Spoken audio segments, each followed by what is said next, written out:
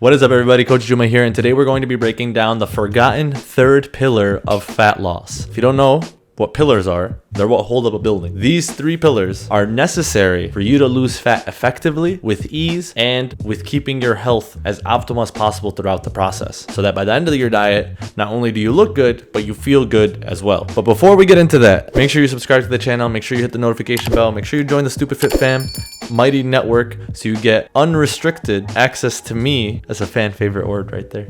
And by fan, I mean Asad. You're also going to get exclusive content, tips, strategies to help you with your fat loss, muscle building, health journey. What is the forgotten third pillar of fat loss? We know the two other ones: nutrition, making sure you're staying in a calorie deficit, controlling your calorie intake, right? That is a main priority for fat loss. You can't lose fat without this. I would say is the third one. It's less important than this one that I'm about to talk about right now. But movement is another one. Making sure you're burning enough calories to lose fat is essential. And now this third one that a lot of people sleep on when talking about this is sleep. Yeah, you saw that foreshadowing just 3 words ago. But sleep, it's essential for fat loss, and it's always one of the first things I work on with my clients that are trying to lose weight. In the first month, we're getting our sleep down so that we're consistently getting ideally 7 hours, at least 6.5 hours every single night. Without proper sleep, a lot of our dieting efforts, a lot of our training efforts are gonna be going to waste. Obviously, if you're still in a calorie deficit, you're still gonna be losing weight, but that does not mean you're gonna be losing fat, and it does not mean you're going to be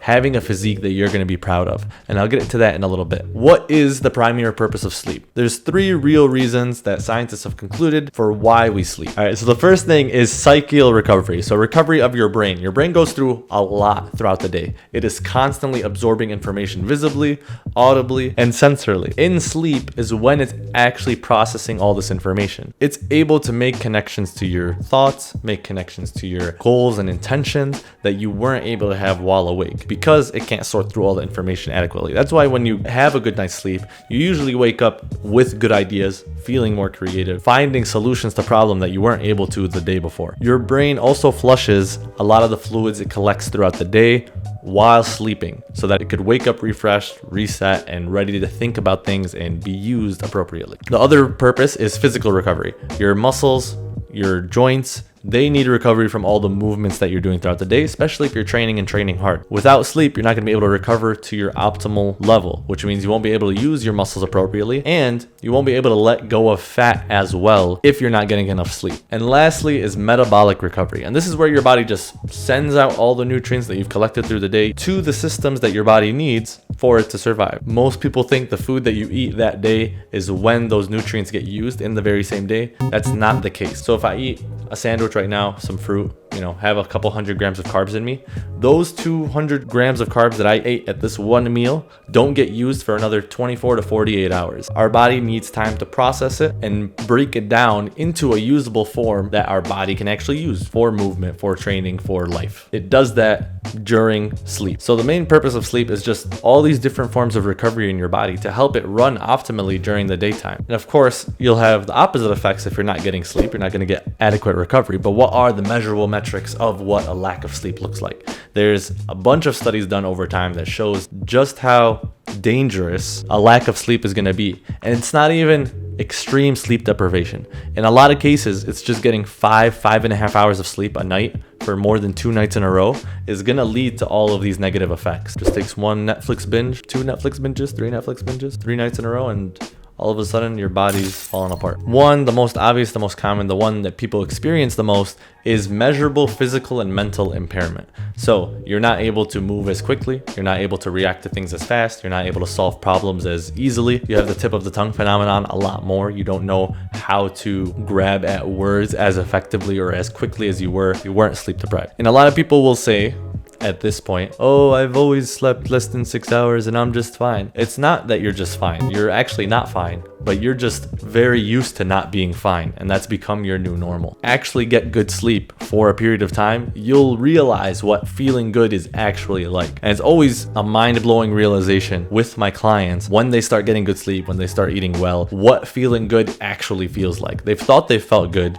but really they've just been tolerating feeling bad for so long that the bar for good was really, really low. So now next things that happen with a lack of sleep, just had to fit. It just pisses me off, dude. If you're not sleeping, I'm knocking you out so you could get some sleep. Like we said, there's physical impairments that come with a lack of sleep. But when it comes to training and actually moving, there's a lot of negative effects from it as well, as you can imagine. Your time to physical exhaustion decreases by 30%. So if it usually takes you an hour to go through a workout before you feel really tired, if you're sleeping less than 6 hours for 2-3 nights in a row, you're gonna be exhausted after 40 minutes. So now you're getting 20 minutes less of good, effective training. You're gonna be burning less calories. You're gonna be challenging your muscles to a lesser degree because you're just not sleeping enough. Another thing that happens is that lactic acid builds up quicker. I don't know exactly how much, but it builds up quicker. Lactic acid definitely builds up quicker when you're lacking sleep. If you don't know what lactic acid is, that's the burning sensation in your muscle when you're using it a lot. So if you're imagining doing bicep curl, 30, 40 reps, and it starts burning and you can't hold up the weight anymore, that's lactic acid. If that builds up quicker, you're not going to be able to go to 30 reps because you're feeling the burning sensation sooner. So that mentally stops you from continuing on with the workout. Even though your muscle is technically still capable of going further, it just doesn't feel that way because of all the excess lactic acid that you're building up in a shorter time frame. Your training is not going to be as effective. And last point for training, you're going to have lower peak muscular strength, so you won't be able to lift as much weight for the same amount of reps. You'll have a slower peak sprint speed or general running speed, right? Which again, you won't be burning as much calories because you're not moving as fast, and you will have a lower vertical jump as well. So any kind of explosive movement, you won't be able to be as explosive with when you're sleep deprived. Every aspect of your training that you're going to be doing is going to be impacted, and that creates a chain effect of less calories burned, less muscle retained, less fat lost when not sleeping consistently. It's one of the main reasons why it's super critical to have enough sleep. Beyond that, your risk of injury increases by 60% when you're not sleeping as much. This is because your stability muscles around your joints don't work or react as quickly when you're sleep deprived, right? We talked about the physical impairments that come with it. When your little muscles aren't working as effectively, your joints aren't as supported. And that leads to overuse injuries, inflammation through tendonitis and things like that. Also just freak injuries, right? One-off injuries that happen, sprains, strains, other tears, etc. that can ultimately put you out of the gym, right? Doesn't feel great. It's not going to help with you working out. It's not going to help with your fat loss. Increase of 60% just from sleeping less than 6 hours for a 3-day period is a big deal, and it shouldn't be something that you sleep on. We're just puns. We're just puns. It's just us cracking up at puns, bro. Like 40-year-old dead. Maybe we'll evolve out of it, but puns are forever. Last 4 major things that happen at the physiological level from a lack of sleep is all hormonal. You're going to decrease testosterone production. So again, impacting your strength, impacting your muscle gains, impacting your energy levels throughout the day, both for men and women, which isn't going to be great. You're going to produce less insulin, which is a bad thing. Insulin gets a bad rap because of all the low carb people out there. But if your body isn't able to produce as much insulin, you have less insulin sensitivity, which means your body is not able to break down carbs, sugars, and carb variants as well because of it. So you're going to be more likely to store fat in that realm. And the other 2 hormones that are impacted by a lack of sleep is your leptin and ghrelin levels. Ghrelin being your appetite hormone, deciding how hungry you are. It increases when you're sleep deprived, which means you feel hungrier more often. It's hard to stick to a low calorie diet if you're feeling hungrier more. The opposite is also true. Your leptin levels decrease. And leptin is the hormone that signals your body to tell them that it's full. When that decreases, it takes longer for you to feel full. So it's easier to overeat. And in fact, the average person that's sleep deprived eats 800 extra calories per day without even realizing it. So if you're eating intuitively, you're not tracking your calories, which you should be doing, you're going to be accidentally eating 800 extra calories a day, which isn't going to help you lose weight. It'll probably lead to weight gain. And now, last but not least, the thing I've been foreshadowing this entire time, if you're in a calorie deficit, you're still going to lose weight no matter what. If you're sleep deprived and in a calorie deficit, you're going to lose 30% more weight from muscle than from fat. So if you lose 10 pounds, instead of it being 10 pounds of pure fat, or like 9 pounds if we're being realistic, 9.5 pounds of pure fat, if you're in a smart calorie deficit and you're getting enough sleep, you're going to be losing 5 pounds of fat, 5 pounds of muscle. The scale is going to go down, but your physique doesn't change. You're not more toned, you're not more ripped, you're not gonna be stronger, you're gonna be weaker. You're gonna have that skinny fat look that a lot of people dread having. So now you know the importance of getting sleep. How can you actually get more sleep? First is making it a priority and creating a sleep routine. So having a sleep routine initiates and gets your body into sleep easier. What this looks like for me is I have a reverse alarm. Just as the word sounds, it's an alarm to get myself to bed instead of to get out of bed. So I'll set an alarm 30 minutes before I plan to get to bed. At that same time, I have the downtime app on my iPhone turned on so that all my apps are shut off at the same time when the reverse alarm gets set. So I can't access any app without pressing a couple buttons. So I have to consciously make the effort to ignore my sleep routine to use my phone. So you need to create as much resistance to the habits that keep you from going to sleep as possible. So having the downtime alarm turned off, I keep my phone downstairs. Getting upstairs to bed, drink a glass of water, brush my teeth, wash my face. That all helps me get to sleep sooner because it knows what to expect when these things happen. We have a whole habit episode, right?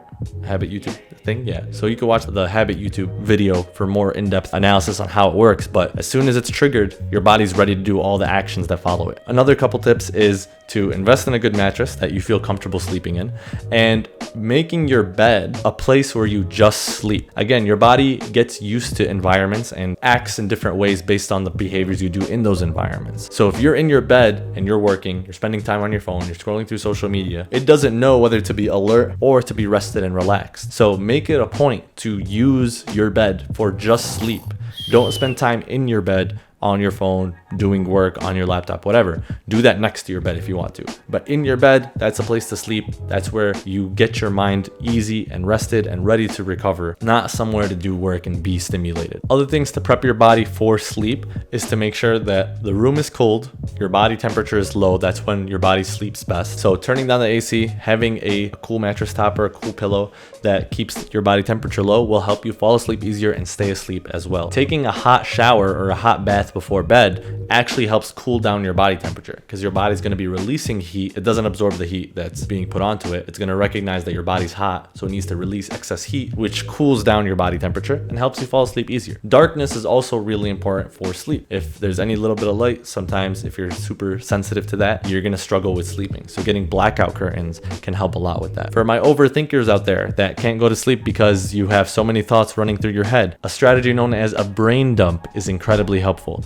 where you take all the thoughts that are in your head and put it somewhere else. Whether it's a journal where you write it all out, a voice note folder on your phone where you talk it all out, keeping the thoughts in your head, having it repeat in your head isn't going to get the thoughts out of your head. They're just going to stay there bouncing around and keeping you up at night. Instead, get them out, symbolically, but also it always works to get them onto a different medium for you to sleep easy and not have them bouncing around in your head. This one's a little counterintuitive, but getting sunshine first thing in the morning helps with getting sleep. It helps re-regulate your circadian rhythm. What I always encourage my clients to do if they struggle with sleep, if they're having a coffee, sit outside with your coffee, get sun on your skin, or by the window if it's too cold outside. Morning walk is amazing. It's like the best of both worlds, but just getting sunshine on your skin is the key thing here to reset your circadian rhythm. So your body knows this is the time I got to be awake so that it can prepare for sleep accordingly 16 hours later. And lastly, if you're doing all of these things and need a little bit of extra help, supplementation can go a long way. The right supplements can go a long way.